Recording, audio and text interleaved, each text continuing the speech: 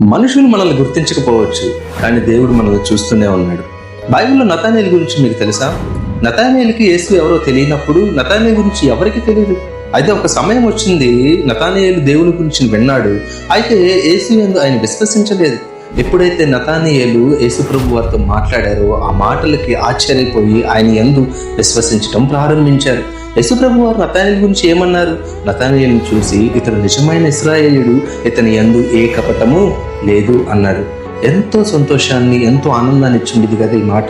ఎందుకంటే దేవాతి దేవుడైన యేసు ప్రభు వారే ఒక మనిషి గురించి సాక్ష్యం ఇవ్వటం అంటే అది అతనికి ఎంతో ఆనందాన్ని తెచ్చి ఉండిద్ది.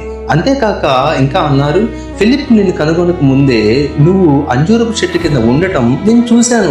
ఈ మాట వినగానే నతానయేలు ఎంతో ఆశ్చర్యానికి గురై నువ్వు నిజముగా దేవుని కుమారుడివి అని విశ్వసించడం ప్రారంభించారు. అయితే దేవుడు అన్నారు, నువ్వు కేవలం నమ్మిక మాత్రం ఉంచు, ఇంతకంటే గొప్ప కార్యములు చూస్తావు అని.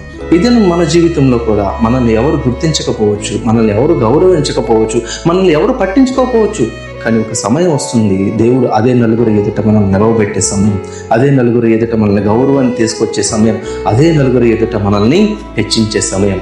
నమ్మిక మాత్రం ఉంచండి, దేవుని గొప్ప కార్యములు చూస్తారు. అలాంటి కృప, అలాంటి సహాయం, అలాంటి దినం దేవుడు మనకి దయచేయను గాక.